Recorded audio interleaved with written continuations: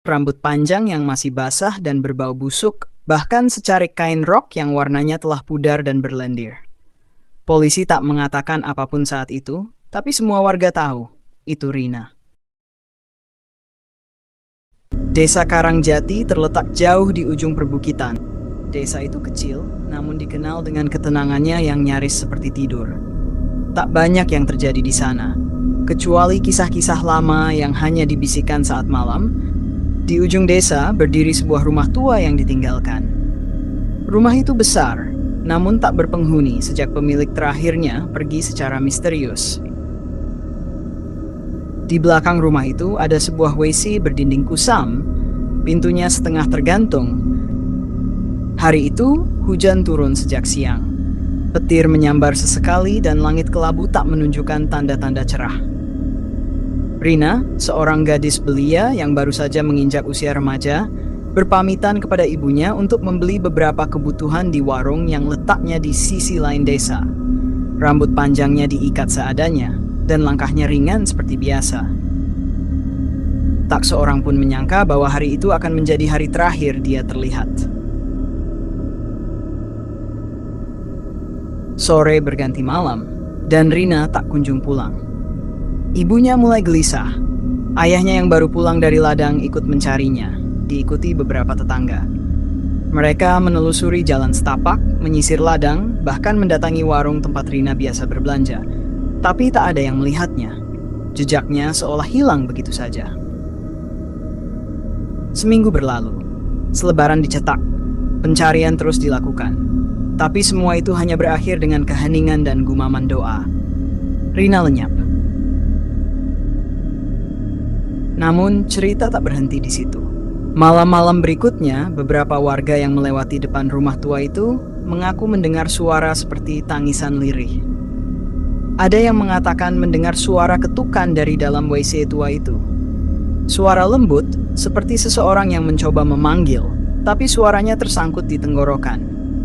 Pak Slamet, penjaga malam, suatu malam merasa ingin buang air dan tanpa pikir panjang, ia nekat menuju WC rumah kosong itu karena letaknya paling dekat.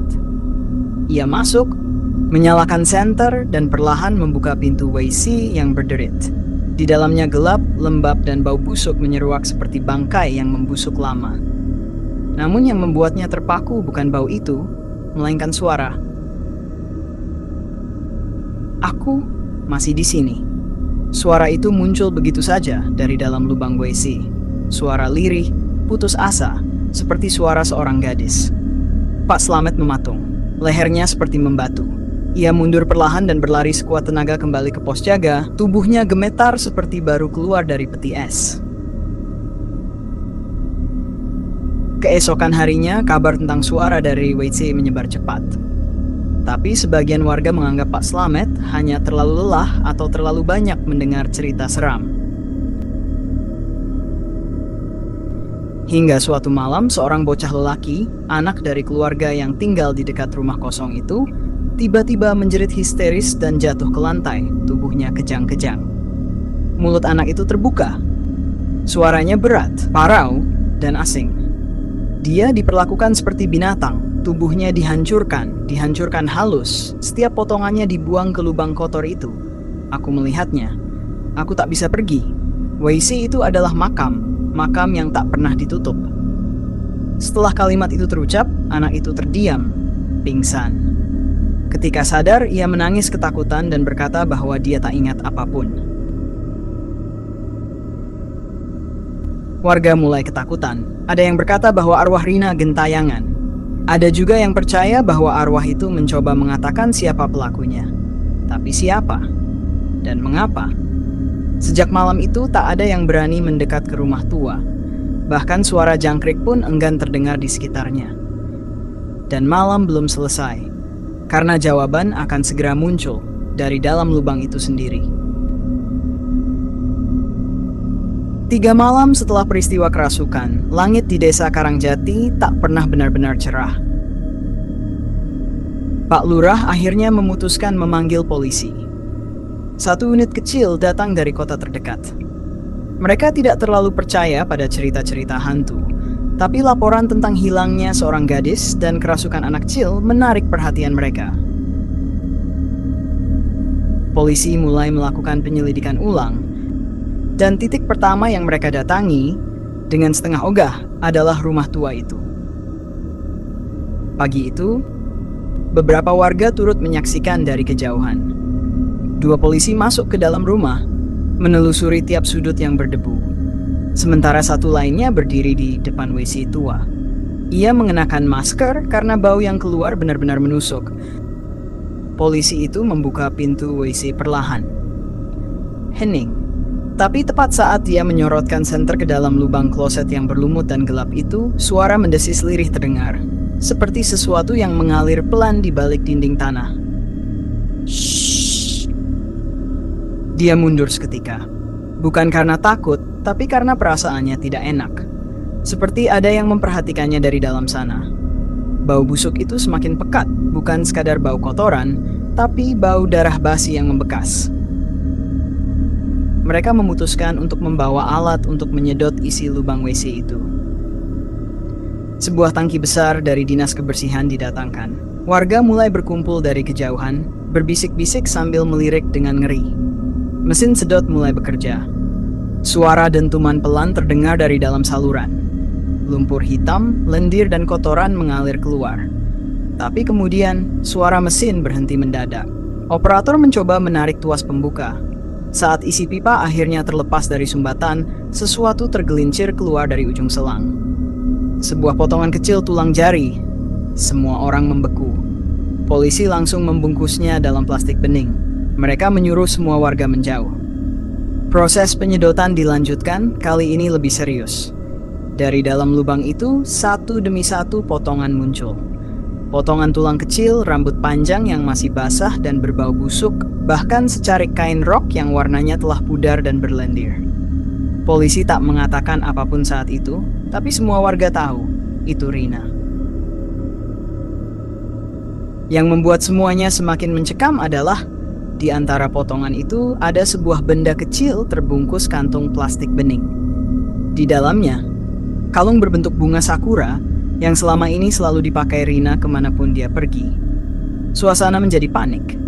Warga menangis, ada yang berteriak histeris. Tapi sebelum hari itu berakhir, sebuah kejadian membuat semuanya lebih tak masuk akal. Seorang warga, seorang perempuan tua yang biasa dipanggil McCarthy, tiba-tiba jatuh pingsan di dekat WC setelah melihat potongan kain itu. Saat sadar, ia mulai tertawa, lalu menangis. Lalu berkata dengan suara yang bukan suaranya sendiri. Aku melihat wajahnya, dia yang melakukannya. Dia sering ke rumah ini. Dia yang menjanjikan sesuatu, lalu dia membunuhku, dia memutilasiku. Dia tertawa sambil menyiram tubuhku ke dalam lubang ini. Dia bukan orang jauh. Dia tinggal dekat, sangat dekat. Warga gempar. Polisi langsung membawa McCarthy ke puskesmas, tapi sebelum mobil berangkat, dia kembali berteriak. Dia akan pura-pura tak tahu, tapi tubuhnya akan berbicara. Dia bukan hanya membunuh, dia menyimpan bagian terakhirku dalam rumahnya sendiri. Tak ada yang paham maksudnya. Sejak penyedotan lubang WC dan temuan yang mengejutkan itu, suasana desa Karangjati berubah drastis. Warga saling pandang curiga. Tak ada lagi canda di warung kopi. Tak ada lagi anak-anak bermain di tanah lapang. Semua seperti terjebak dalam mimpi buruk yang tak kunjung usai. Yang paling mencekam adalah, seperti kata McCarthy saat kerasukan, pelaku pembunuhan Rina bukan orang asing. Dia tinggal sangat dekat. Bahkan mungkin sering menyapa pagi hari, memberi senyum ramah, dan menyimpan kengerian di balik wajahnya yang biasa saja. Polisi mulai memeriksa setiap orang yang dikenal dekat dengan Rina. Teman-temannya, guru sekolah, bahkan keluarga jauhnya. Tapi hasilnya nihil. Semua punya alibi.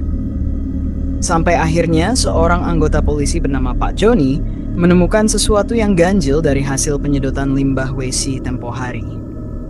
Di antara tumpukan barang bukti, ia menemukan sebuah potongan kecil plastik bening yang ternyata bagian dari kantong berlabel dari sebuah toko cat kecil di desa.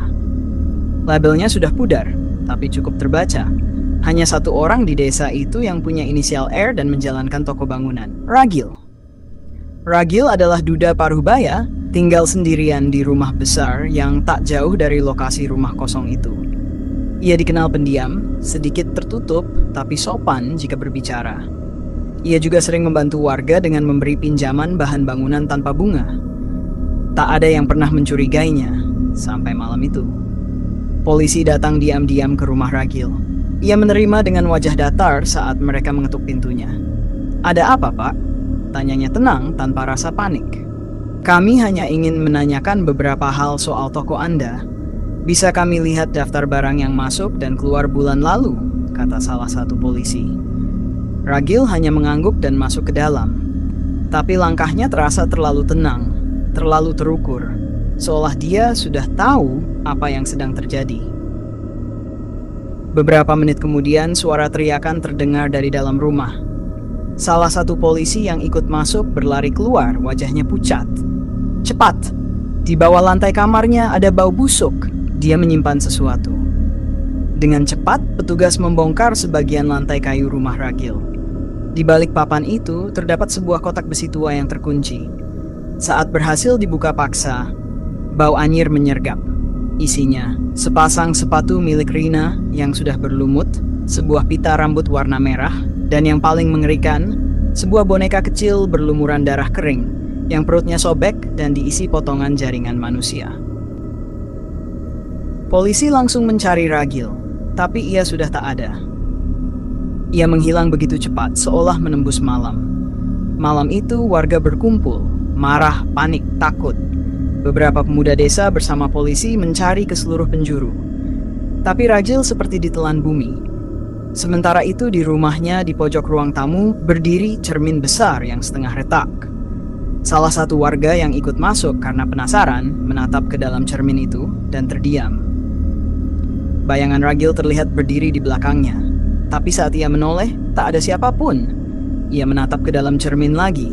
Kini Ragil tersenyum, dan di baliknya, Rina berdiri diam dengan mata kosong, tubuhnya pucat, memegang leher yang setengah sobek.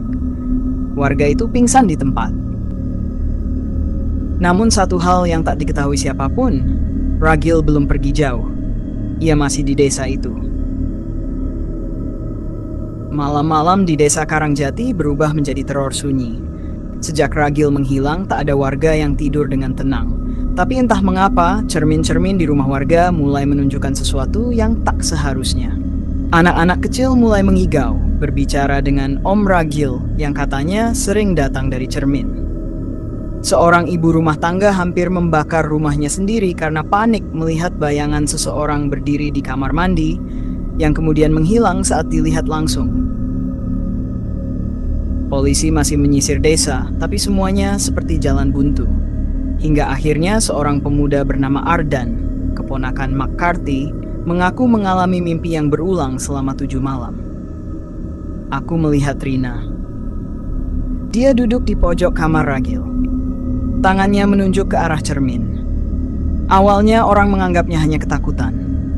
Tapi Ardan bersumpah, malam berikutnya ia akan kembali ke rumah Ragil dan mencoba menghancurkan cermin itu.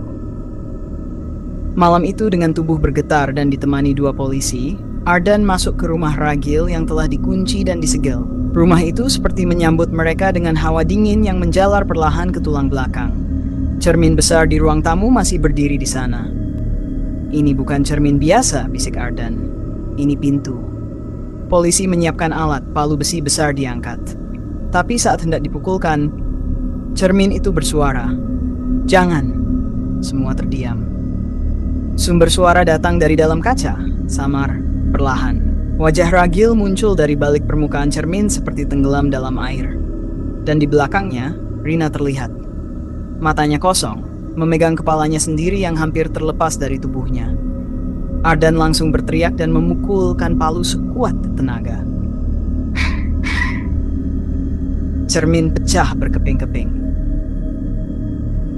Setelah Ardan berhasil menghancurkan cermin itu, sosok Ragio pun terlihat di sudut ruangan. Rupanya selama ini Ragio bersembunyi di dalam rumahnya sendiri, dan tidak ada yang mampu melihatnya, karena dia menguasai ilmu hitam. Dan terungkap sudah Ragio ternyata tega melakukan perbuatan keji itu untuk meningkatkan ilmu hitamnya. Polisi segera menangkap Ragio untuk diadili di kantor polisi. Namun sayangnya, amarah warga sudah tidak terbendung lagi. Ragio diambil paksa dari tangan polisi, dan Ragio dihakimi oleh semua warga yang hadir. Polisi menembakkan beberapa tembakan peringatan, namun warga tidak peduli, hingga akhirnya Ragio pun berakhir menjadi debu. Terima kasih sudah menonton hingga akhir. Jangan lupa like, komen, dan subscribe channel ini.